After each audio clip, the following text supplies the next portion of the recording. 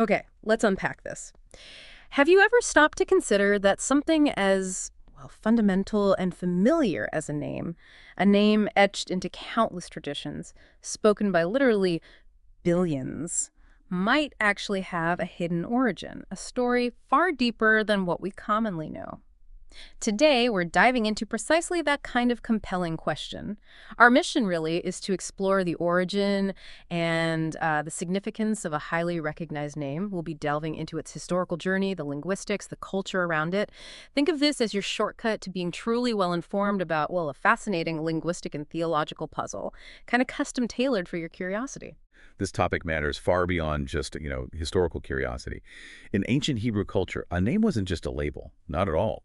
It was understood to carry identity, carry purpose even. It was believed to reveal something really essential about who or what was being named. Oh. So this isn't just about what might have changed with this particular name over time, but why those changes and maybe the original meaning might matter profoundly to many people today. Right. So what's the core question then? The central question we're really tackling is Jesus the original name of the Son of God?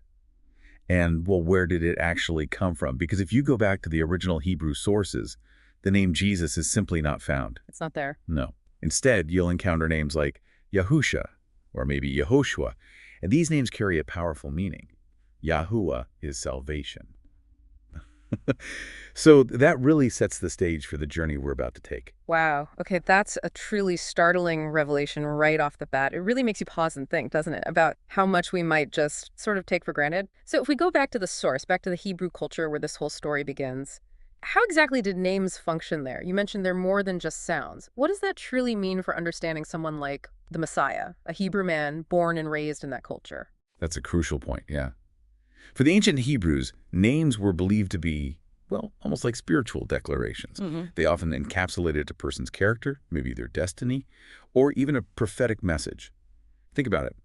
The Messiah, the Son of the living God, he was a Hebrew man. His name, spoken by his family, his disciples, the people around him. It wasn't Jesus as we know it today. So what was it? His name in Hebrew was Yahusha, spelled Y-A-H-U-S-H-A. And this name isn't just some random collection of sounds. It comes from two very specific root words. Okay.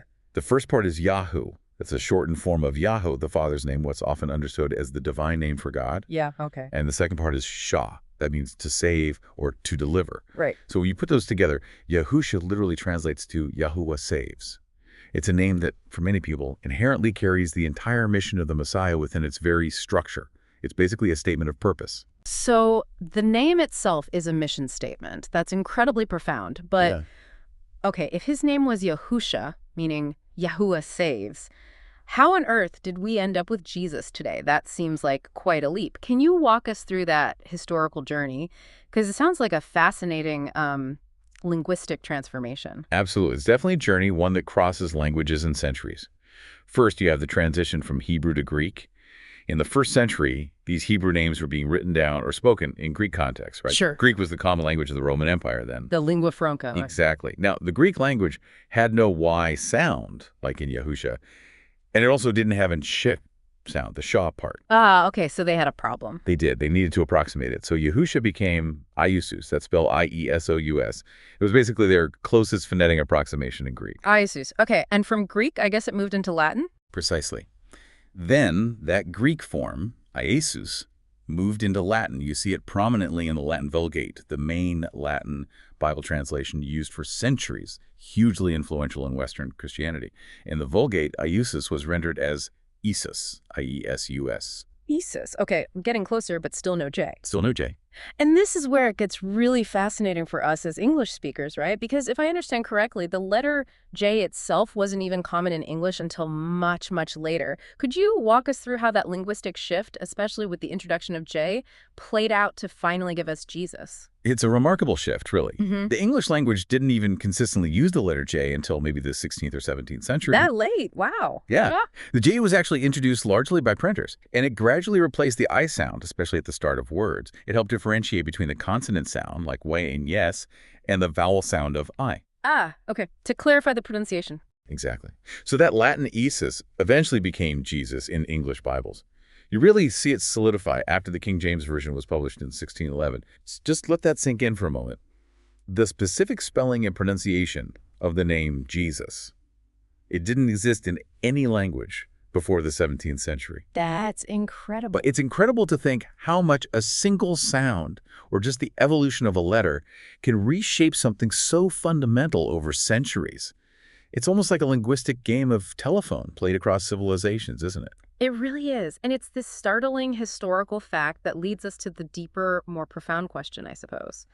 If this transformation happened, does the specific name truly matter in a spiritual sense? I mean, for many people, the argument might be that intention matters more than the exact pronunciation.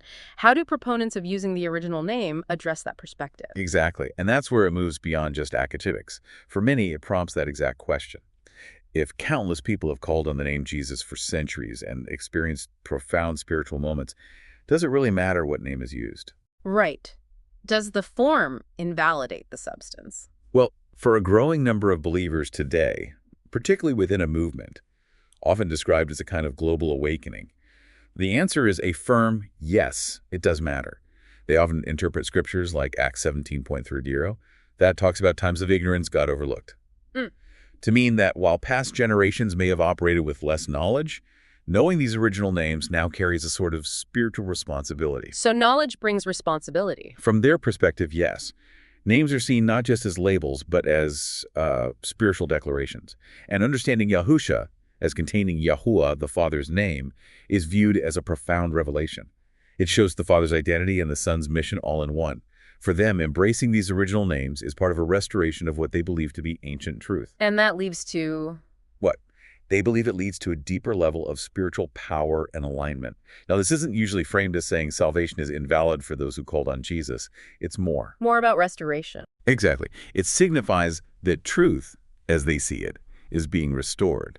And with that restoration comes what they believe is a deeper level of power, authority, and alignment with the divine plan. So this isn't just some obscure theological point people are debating in seminaries. It's something that, for many, is actively happening right now all across the world. Is that right? That's the claim, yes. Believers, they say, are truly waking up, maybe moving beyond conventional religion, rejecting systems they see as man-made, and actively returning to what they see as the ancient paths. And that, for them, absolutely includes using the true names, as they understand them, of the Father and the Son. So you'll hear people consciously choosing to call on Yah instead of God and Yahusha instead of Jesus. You will? And for them, this isn't about legalism or being overly rigid. They would argue strongly against that. It's described more as a heart cry, a desire for purity, for accuracy. And for a deeper, more intimate connection to the divine as they understand it. Precisely. It's about intimacy and perceived authenticity. Yeah. And if we connect this to the bigger picture, for many adherents, this isn't just some passing trend. They actually see it as a fulfillment of prophecy. Prophecy, which one? Specifically, Zephaniah 3.9. In Scripture, it states, "Then I will restore to the peoples a pure language, that they all may call on the name of Yahweh." Ah, a pure language. Yes, so this restoration of names, including what they believe to be the original sacred names, it's portrayed by this movement as a direct fulfillment of that prophecy, a return to something ancient and pure, not just a new religious fashion or movement. Okay, so let's bring this back to the listener. What does all this mean for you listening right now? This exploration, it isn't really about creating division, is it? It feels more like it's about uncovering something profound. It's an invitation to deepen your understanding, perhaps. It's kind of a revelation that even the most familiar words can hold these deeply buried histories, inviting us all to question, maybe explore, and gain a richer, maybe more accurate understanding of where our beliefs and traditions come from, whatever they might be. Absolutely. And concluding, the idea that knowing by name is about aligning with truth and power, rather than just sticking to tradition. That really stands out for those who subscribe to this view, this global awakening you mentioned, this restoration of names, using Yah for God, Yahusha for Jesus. For them, it's driven by that profound desire for purity, accuracy, and intimacy we talked about. And connecting back to that prophecy. Yes, connecting back to Zephaniah 3.9, which many interpret as pointing to exactly this kind of restoration, not just a temporary trend. So here's a final thought, perhaps, for you to consider. If names really do carry such deep spiritual meaning and reflect identity and mission in many traditions, what might it mean for your own understanding or your own spiritual journey to explore the true origins of significant names, whether they're personal names or sacred ones, going beyond just the cultural tradition you inherited. Maybe it's an encouragement to seek, to study, and, well, to test everything you've learned today.